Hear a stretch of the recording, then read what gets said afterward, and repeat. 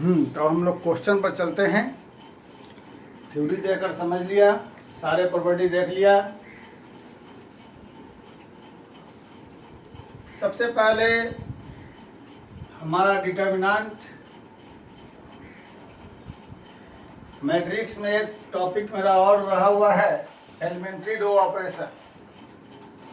हालांकि बहुत इंपॉर्टेंट नहीं है लेकिन पढ़ा जाएगा। एलिमेंट्री रो ऑपरेशन एक ट्रेस ऑफ मैट्रिक्स, जो हम किसी ने हमको बोला कि सर आपको भूल गए हैं बताना। Trace of matrix, elementary row operation और एक है रैंक ऑफ मैट्रिक्स। इतने चीज़ हमारे रह गए हैं। देखिए, डिटर्मिनेंट में सबसे पहले हम लोग एनसीईआरटी किताब सब लोग खोल कर बैठेंगे। एक्सरसाइज हमारा स्टार्ट होता है 4.1 से। जब 4.1 के सभी क्वेश्चन आपसे बन जाएंगे। सिर्फ एक सवाल जो 3 और 4 नंबर है उसके बारे में मैं बता देना चाहूँगा। एक्सरसाइज 4.1 एनसीईआरटी का हमें दे रहा है। If A is equal to 101 012 004 101 012 004 so that 3a बराबर 27a। अगर ध्यान देकर देखिए तो ये हमारा प्रॉपर्टी नंबर 6 पर बेस्ड है। लैम्डा ए बराबर 3 ऑर्डर का है, 3 का पावर 3। वो यहाँ नहीं हो तो कंपटीशन में रहेगा, यहाँ में काम करना है। तो ये ए एक मैट्रिक्स है, सिंबल देखेंगे मैट्रिक्स है। तो 3a इस मैट्रिक्स में पहले 3 से मल्टीप्लाई करेंगे। तो जैसा हम लोग जानते हैं कि मैट्रिक्स में किसी भी नंबर से मल्टीप्लाई करने पर उसके हर एक एलिमेंट में मल्टीप्लाई होता है। हमें यह मैट्रिक्स दिया है, यह प्रूव करना है। तो हम देख रहे हैं कि लेफ्ट साइड में है ए मैट्रिक्स का 3 टाइम्स का डिटर्मिनेंट।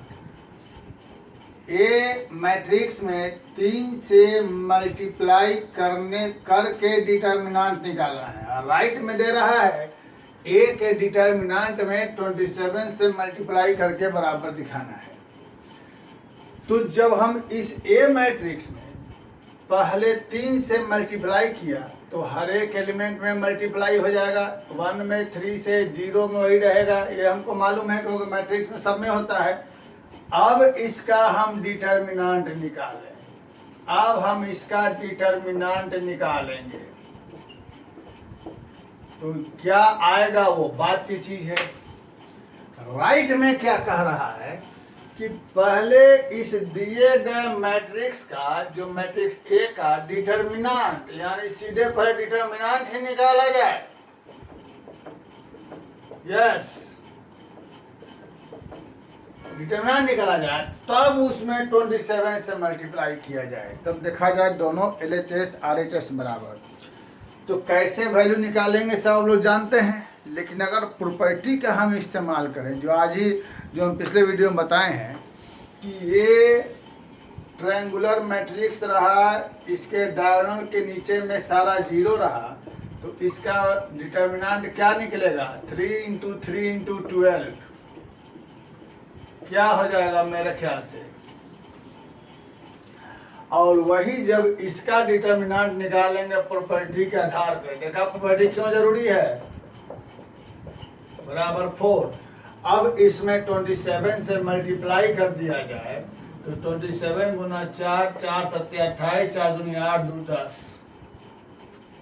क्या यह दोनों सेम रहा? यही ना प्रूफ करना था। तो ये हमारा क्वेश्चन रहा एक्सरसाइज 4.1 का नंबर 4। नंबर 3 भी हमारा ऐसा ही क्वेश्चन है। और ऐसे ही आप लोग बाकी इसके सारे क्वेश्चन बना लेंगे जो कि बहुत ही आसान है। अच्छा 4.2 देखा जाए, ये मेन हमारा एग्जाम में क्वेश्चन 95% एक्सरसाइज 2 से आने की उम्मीद रहेगी और 5% मिसलेनियस से। तो पहले इसको देखा जाए। ये तो 4.1 सब इसी तरह बन जाएगा, आपसे पहले ही बन गया होगा। अब हम लोग एक्सरसाइज 4.2 देखते हैं।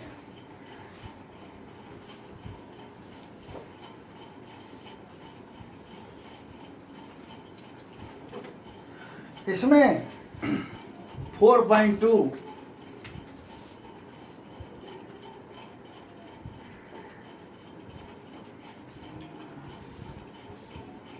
क्वेश्चन में दे रहा है 1 से लेके 5 तक कि विदाउट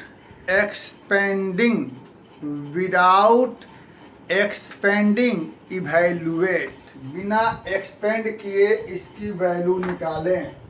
जैसे हमारे पास पहला क्वेश्चन यह है, x y z a b c, x plus A y plus B Z plus C. दूसरा क्वेश्चन हमारे पास a minus B, b minus C, c minus A, b minus C, c minus A, a minus B, c minus A, a minus B, b minus C. दूसरा रहा। तीसरा 2 3 5 7 8 9 65 75 86। और एक रहा चौथा 1 1 1 BC CA AB, ए गुना bracket में B plus सी, B गुना bracket में C plus ए, C गुना bracket में A प्लस बी। तो पहले 4 क्वेश्चन देखिए। विदाउट एक्सपेंडिंग हमें ये प्रूव करना है, बिना एक्सपेंड किए। तो विदाउट एक्सपेंडिंग प्रूव करना है। अब जो प्रॉपर्टी पर ध्यान दीजिए, सॉरी इवैल्यूएट बिना एक्सपेंड किए इवैल्यूएट करना है। एक हम अच्छा क्वेश्चन निकालते हैं जो हमें बिना एक्सपेंड किए उसकी वैल्यू निकालनी है। बहुत ही हम निकल गया, इसके बाद बताते हैं। बिना एक्सपेंड किए, जैसा कि हम लोगों ने पहले देखा था, किसी भी डिटर्मिनेंट की वैल्यू निकालने के लिए हमें उसे एक्सपेंड करना पड़ता है, या तो रो में या कॉलम में। ये हम लोग देख चुके थे। अब यहाँ पर कह रहा है कि हमें वैल्यू तो निकालना है लेकिन एक्सपेंड नहीं करना है, विदाउट एक्सपेंडिंग। अब यहाँ सवाल थोड़ी प्रॉब्लम हो गई कि बिना एक्सपेंड किए डिटर्मिनेंट की वैल्यू निकालने का सिर्फ और सिर्फ 2 ही रास्ता। पहला, जब कोई भी 2 रो या कॉलम सेम हो जाए, आइडेंटिकल हो जाए, तो बाय द प्रॉपर्टी उसकी वैल्यू हो जाएगी 0। और यदि एक लाइन के सभी एलिमेंट 0 हो जाएं तो भी उसकी वैल्यू हो जाएगी 0। फिर से, बिना एक्सपेंड किए डिटर्मिनेंट की वैल्यू निकालनी रहेगी। तो बिना एक्सपेंड किए डिटर्मिनेंट की एकमात्र वैल्यू निकलेगी 0। कुछ एक्सेप्शन न हो तो एकमात्र वैल्यू निकलेगी 0। वैसे जब वह भी तब बिना एक्सपेंड किए डिटर्मिनेंट की वैल्यू निकालने के लिए हमें सिर्फ और सिर्फ 2 ही काम करना पड़ेगा। या तो एक लाइन के सभी एलिमेंट को 0 दिखाना होगा, या कोई भी 2 रो या 2 कॉलम हमें आइडेंटिकल दिखाने होंगे। यह दोनों में से जैसे ही कोई भी घटना घट जाती है तो यह डिटर्मिनेंट का वैल्यू 0 हो जाएगा।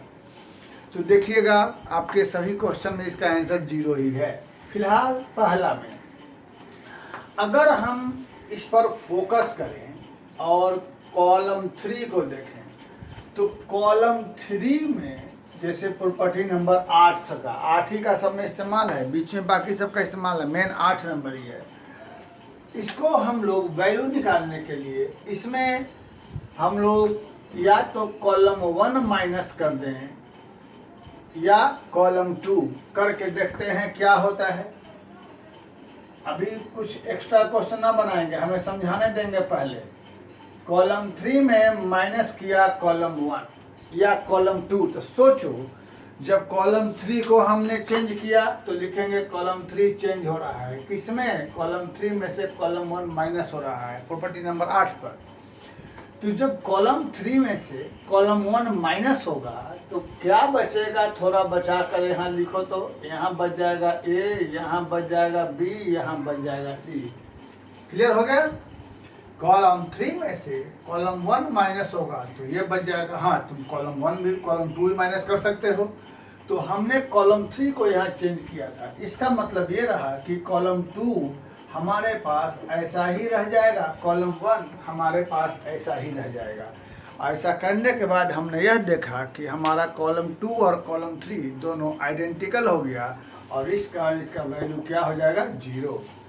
तो यहाँ बिना एक्सपेंड किए हमको वैल्यू निकल गया। 2 कॉलम इसके हमारे आइडेंटिकल हो गए तो दोनों की उसकी पूरी की वैल्यू क्या हो गई, 0।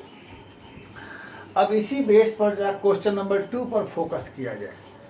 एक नज़र जितने भी एलिमेंट हैं डिटर्मिनेंट के, सभी एलिमेंट को ध्यान दीजिए, ध्यान दीजिए। सभी कॉलम को जोड़ के देखो, सारा कॉलम जोड़ दो या सारा रो, दो में से कोई एक काम। जैसे हम सभी रो को ही जोड़ देते हैं, प्लस जब हम तीनों को जोड़ दें या कॉलम सब एक समान ही दिखाई दे रहा है, तीनों को ऐड कर दें तो मन में सोच लो पहले क्या होगा, plus A minus B plus B minus C plus C minus minus plus minus. ध्यान दिया जाए। यानी जब हम लोग यहाँ R1 को चेंज करते हैं, किसी भी रो को चेंज करते हैं, क्या वह प्लस दूसरा रो प्लस तीसरा रो, तीनों को ऐड कर दे रहे हैं, तो निश्चित रूप से यहाँ पर सारा 0 हो जाएगा। और जब एक लाइन में सारे एलिमेंट 0 हो गए तो इस पूरे डिटर्मिनेंट का वैल्यू क्या हो गया, 0। ये काम हम यहाँ भी करते तो भी हमारे पास वही रिजल्ट होता। देख लिया। अब चलो थर्ड पे। तो थर्ड को पहले सभी एलिमेंट को एक बार ध्यान दो और सोचो, सभी एलिमेंट को एक बार ध्यान दो और सोचो।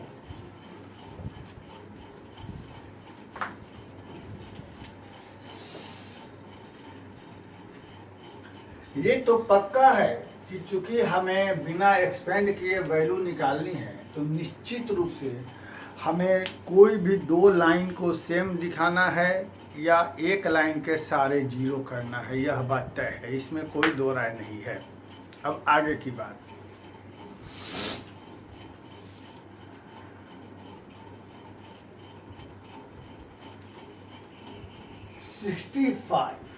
सेवन का टेबल पढ़िए। 7 कम 7 14 9 7 63 और 2 65 9 8 72 3 75 9 9 81 5 86। यानी ये जो कॉलम 3 है, हम लोगों ने कॉलम 3 को चेंज किया, column 3 -9 into column 2 property number 8। Column 3 को चेंज किया। देखो, जिसको चेंज कर रहे हैं उसमें किसी से मल्टीप्लाई नहीं कर रहे हैं, हम पहले बोल चुके हैं। तो कॉलम 3 को चेंज किया, कॉलम 3 -9 इंटू कॉलम 2। तो बताओ क्या बचेगा, 65 घटाओ 9 7 63, 75 घटाओ 9 8 72, 86 घटाओ 9 इंटू 9 81। तो जरा कहने की जरूरत नहीं, समझिएगा। 2 लाइन सेम हो गया, मान इसका 0 हो गया। क्लियर। ये तुमको सोचना है। अब जरा 4 नंबर सोचो, तब तक हम एक अगला क्वेश्चन लिखते हैं।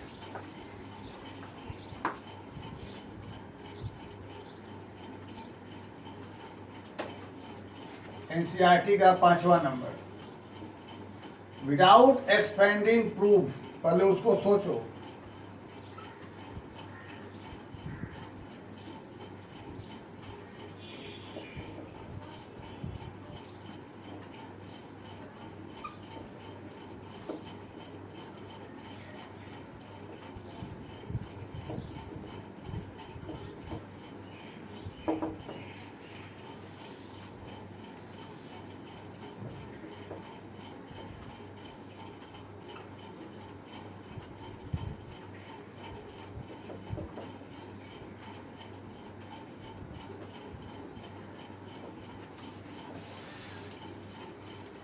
इसके बाद हम एक क्वेश्चन देंगे होमवर्क।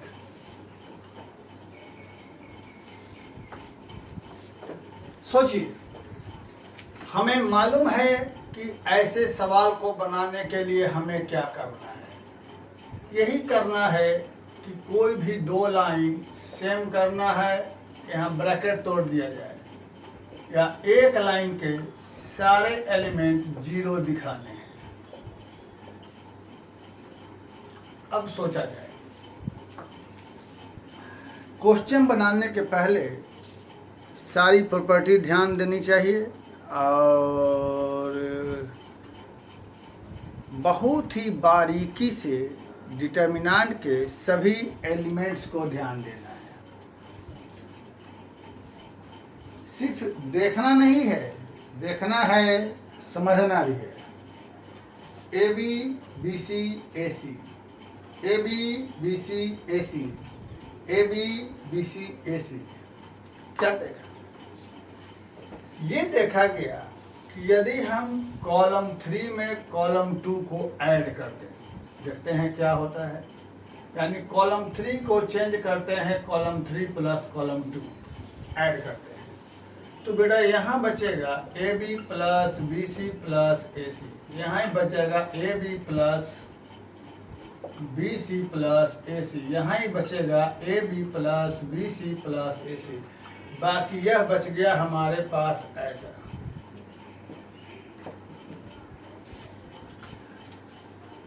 अगर ऐसा हो गया तो यहाँ से ये तीनों बाहर कॉमन निकल जाएगा, और कॉमन निकल कर यहाँ बचेगा 1 1 1, और यहाँ बचा 1 1 1। बाकी B C C A B, और दो लाइन सेम, तो इसका वैल्यू क्या हो गया? जी। ध्यान दो क्या किया हमने। इसको जरूर लिखा करेंगे, क्योंकि कॉपी चेक करने वाला यही देखकर समझेगा कि आपने कौन सा काम किया, कौन सा ऑपरेशन कर रहे हैं, या किसको किस में जोड़ रहे हैं। तो यहाँ से कॉलम 3 में कॉलम 2 ऐड किया। ऐड करने पर हमारा ये हो गया। अब तीनों चूंकि पूरा सेम है, तो ये सेम बाहर निकल गया। बाहर निकल के यहाँ बचा 1 1, यहाँ भी 1 1, इसका वैल्यू हो गया 0।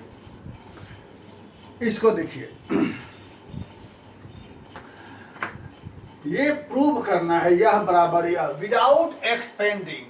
प्रूव करना है विदाउट एक्सपेंडिंग।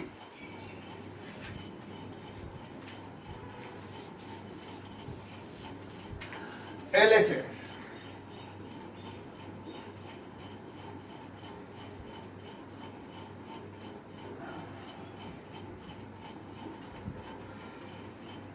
इसे जो प्रॉपर्टी थी, जब एक लाइन के सभी एलिमेंट 2 के जोड़ में होंगे तो उसे अलग पार्ट में तोड़ देते थे, 2 पार्ट में। तो वो गलती ना करेंगे। क्यों? क्योंकि ये बहुत ज़्यादा पार्ट में टूटेगा। पहला पार्ट में सिर्फ ये वाला टूटेगा 2 भाग में, उसके बाद अगले में ये सब में 2 में, फिर ये सब 2 में, यानी बहुत लंबा जाएगा। वैसा ना करेंगे। सोचिए, पहले हमको यहाँ लाना है 2। सोचिए, हम देख रहे हैं बी और बी, सी और सी, ए और A, Q Q, P P, R R, Y Y, X X, Z Z. यानी ये लाइन, अगर हम तीनों लाइन को ऐड कर देते हैं, तीनों लाइन को, अगर हम यहाँ पर तीनों लाइन को ऐड कर देते हैं, मतलब क्या लिखें? R1 में ऐड किया R2 और R3, यह तीनों को ऐड कर देते हैं। R1 में चेंज किया, यह प्लस यह तीनों को ऐड करेंगे तो सोचो क्या बनेगा, 2A 2B 2C। इसको ऐसा लिख सकते हैं 2A जोड़ 2B जोड़ 2C, दो कॉमन निकल के, फिर यहाँ से 2Q जोड़ 2P जोड़ 2R, तो यह भी ऐसे हो जाएगा हमारे पास, मालूम है ना, 2P जोड़ 2Q जोड़ 2R, तो 2 कॉमन निकल के ये बन जाएगा।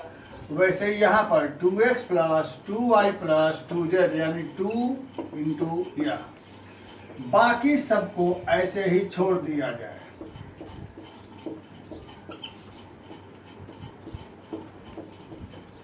अब पहले रो से कुछ कॉमन निकल जाएगा, वो कॉमन निकाल लिया जाए। क्या कॉमन निकल जाएगा, 2, बचा क्या हमारे पास,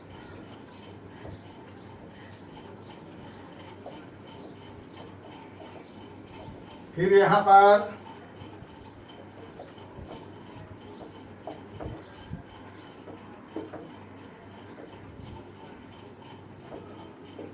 यह देख लिया,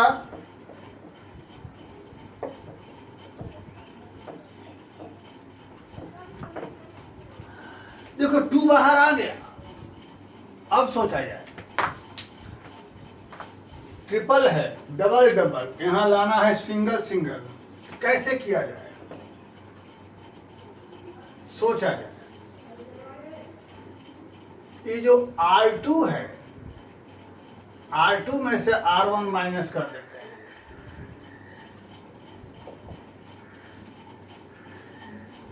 जब R2 में से R2 को चेंज किया, कैसे, R2 माइनस R1, तो इसमें माइनस यह लिखेंगे तो यहाँ क्या बच जाएगा, यहाँ क्या बच जाएगा, यहाँ क्या बच जाएगा।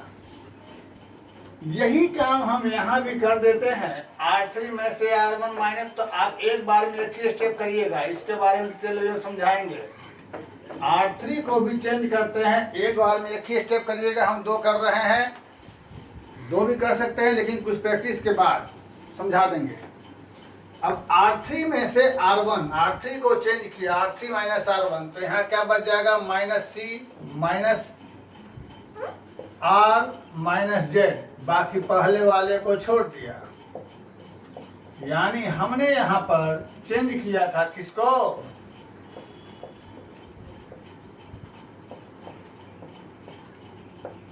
R2 R3 को। अब सोचो, इस R1 में इन दोनों को ऐड करो, तो ऐड करके देखो, R1 में ऐड कर दो R2 R3, तो सोचो R1 में ऐड कर दो R2 प्लस R3, तो ये दोनों ऐड करिएगा तो यहाँ बचेगा ये, Q ऐड करिएगा P, यह करिएगा X। अब मेरे ख्याल से अगला स्टेप कर लीजिए, क्या चीज, अगर हमें मालूम है कि एक लाइन से कुछ भी कॉमन निकाल सकते हैं, तो R2 से कॉमन निकलेगा -1, R3 से कॉमन निकलेगा -1, एक -1 एक और -1 बाहर निकल के क्या हो जाएगा, प्लस। और देखिए ये आपका आ गया ABC।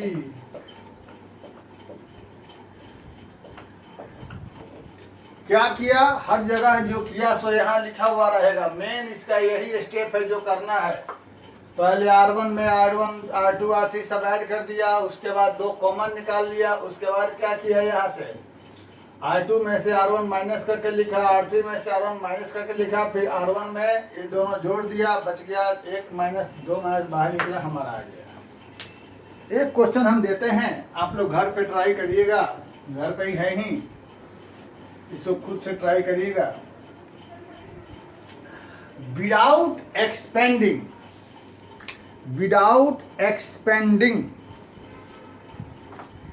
प्रूव करना है।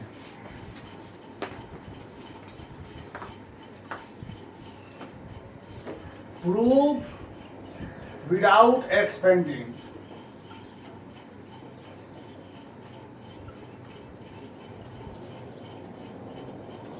1 A B C A square B square C square equal to 1 B C C A B B plus C plus A plus B. मैं क्वेश्चन मिला लूँ। 1 पहले लेफ्ट साइड में फर्स्ट कॉलम में 1 सेकेंड में A B C, third में A square B square C square A square B square C square. Second side में 1 B C C A B B C C A B B plus C plus A plus B. ये बिना expand किए prove करना है। कैसे करेंगे ये आप जानें। अब आगे बढ़ने के पहले हम एक क्वेश्चन अपनी तरफ से बताना चाहते हैं। डिटर्मिनेंट को कैसे बनाएंगे। यूजिंग प्रॉपर्टी इवैल्यूएट ये काम रहेगा।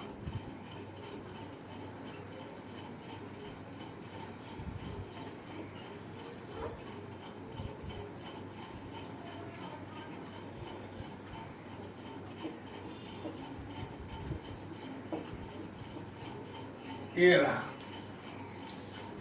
ये अपनी तरफ से बता रहे हैं। यूजिंग प्रॉपर्टी इवैल्यूएट, इसका मतलब ये रहा कि जब हम इसका सबका स्क्वायर तोड़ दें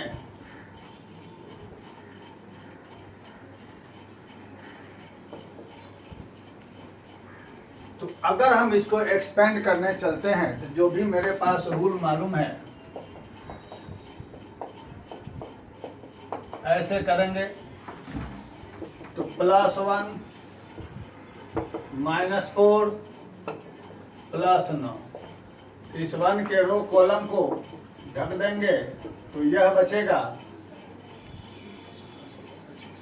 4 के रो कॉलम को एलिमिनेट करेंगे ये बचेगा। 9 के रो कॉलम को छोड़ेंगे। ध्यान रहे पहले हमने एक्सपेंडिंग अलोंग फर्स्ट रो लिखा, एक्सपेंडिंग अलोंग रो 1। अब यहां से हमारे पास क्या हो जाएगा। 25 9 225 घटाओ 25 चौका 100 घटाओ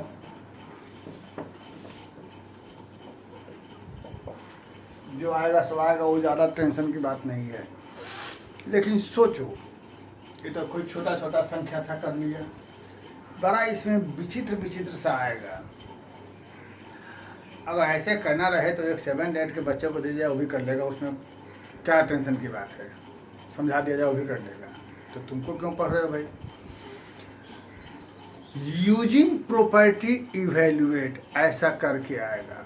यूजिंग प्रॉपर्टी इवैल्यूएट मतलब ये है कि सोचो अगर यहाँ पर कहीं 0 0 हो जाए तो बेटा यहाँ भी 0 यहाँ भी 0 तो ये वाला काम तो हमारा गायब ही हो जाएगा। खाली यही वाला आंसर बचेगा। पहले इसका आप आंसर निकाल लेंगे क्या आंसर आता है, फिर ऐसे निकाल देखिए। तो करना क्या है, जहाँ भी आएगा यूजिंग प्रॉपर्टी इवैल्यूएट, ध्यान दीजिएगा हमें प्रॉपर्टी नंबर 8 जो हमने कहा था उसका इस्तेमाल करके किसी भी एक लाइन में आइदर रो और कॉलम, किसी भी एक लाइन में आइदर रो और कॉलम में 2 0 लाने हैं। अगर ऐसा नहीं करेंगे तो मार्क्स नहीं मिलेंगे। हाँ ऑब्जेक्टिव में चाहे जैसे बनाए कोई मतलब नहीं। किसी भी एक लाइन में 2 0 लाने हैं। जिस लाइन में 2 0 आएगा उसी के अलोंग एक्सपेंड कर कर हमें वैल्यू निकालनी है। फिर से बोल दे रहे हैं प्रॉपर्टी नंबर 8 का इस्तेमाल करके किसी भी एक लाइन में आइदर रो और कॉलम में 2 जीरो लाने हैं। जिस लाइन में 2 जीरो आएगा उसी के अलाउंग एक्सपेंड करके हमें वैल्यू निकालनी है। जब आएगा यूजिंग प्रॉपर्टी इवेल्युएट, हमें यही काम करना है। देखिए, अब इसी सवाल को हम आगे बढ़ते हैं। फिलहाल हमारे पास ये क्वेश्चन है। अब 2 जीरो कैसे आएगा ये सोचना है। पहले तो हम एलिमेंट डिटर्मिनेंट के सभी एलिमेंट को देखेंगे कि हम देख रहे हैं कि 9 के टेबल में ये कभी नहीं हो रहा है। हाँ, यहाँ आ रहा है कुछ।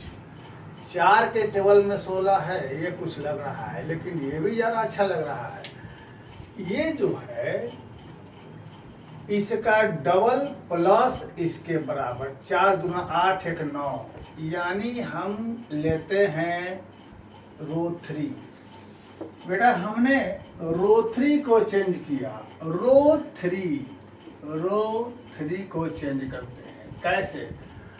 रो 3 में माइनस किया, 2 गुना में रो 2 प्लस रो 1। ये ध्यान रखना है, जिसको चेंज करने से मल्टीप्लाई नहीं कर रहे हैं। रो 3 को चेंज किया, रो 3 को चेंज किया, ये -2 गुना यह प्लस यह, 9 माइनस 4 दूना 8 1 9, यानी यहाँ हो गया 0।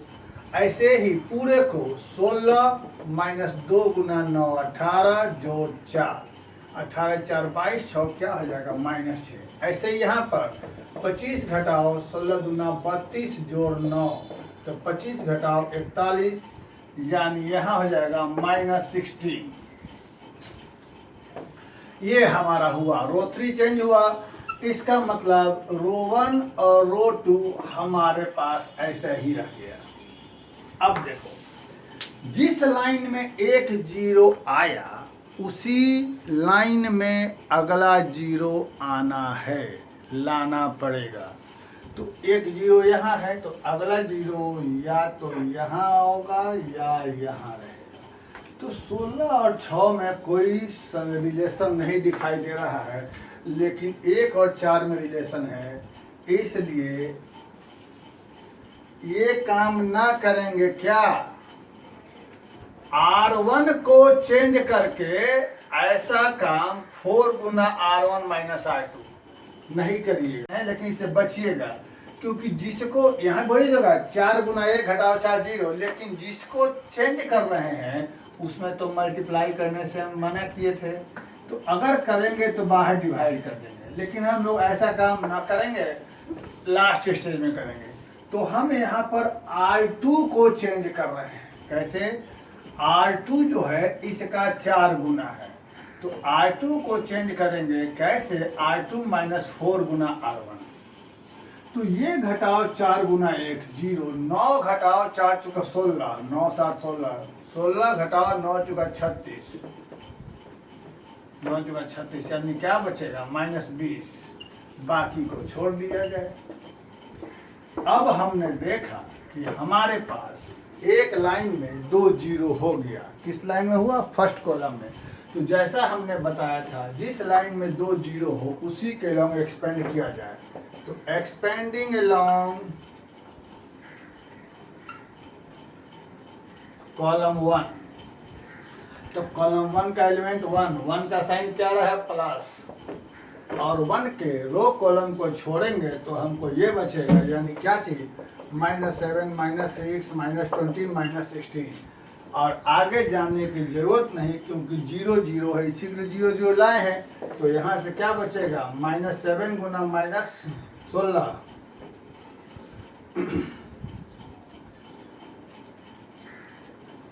माइनस, इसको ऐसे बना। तो आगे का जहाँ भी रहेगा यूजिंग प्रॉपर्टी, वहाँ हमें ऐसा काम करना है। तो इतना पर आप लोग अपने अपने रेफरेंस बुक का बनाइएगा, इसके क्वेश्चन हम क्लास में बताएंगे। तो 4.1 बता दिए थे, 4.2 का ये क्वेश्चन है। हाँ देखिएगा आगे, कि 4.3 अभी हम नहीं बताए हैं। हाँ, 4.4 में है माइनर कोफैक्टर वाला, तो वो हम बता दिए थे, हालांकि फिर एक बार बता देंगे। तो फिलहाल इसी का आप रेफरेंस बुक का एग्जाम्पल के जो क्वेश्चन सब हैं सो बनाने की कोशिश करेंगे। रेफरेंस बुक का एग्जाम्पल के क्वेश्चन बनाने की कोशिश करेंगे। एनसीईआरटी के जितने भी क्वेश्चन है उसको एक सेपरेट कॉपी में, प्रॉपर्टी जो भी थ्योरी एक अलग कॉपी में, एनसीईआरटी क्वेश्चन एक सेपरेट कॉपी में बनाएंगे और बाकी एक रफ अलग रखेंगे। इतना करें, बनाएं, फिर हम लोग आगे मिलते हैं अगले वीडियो में। Thank you.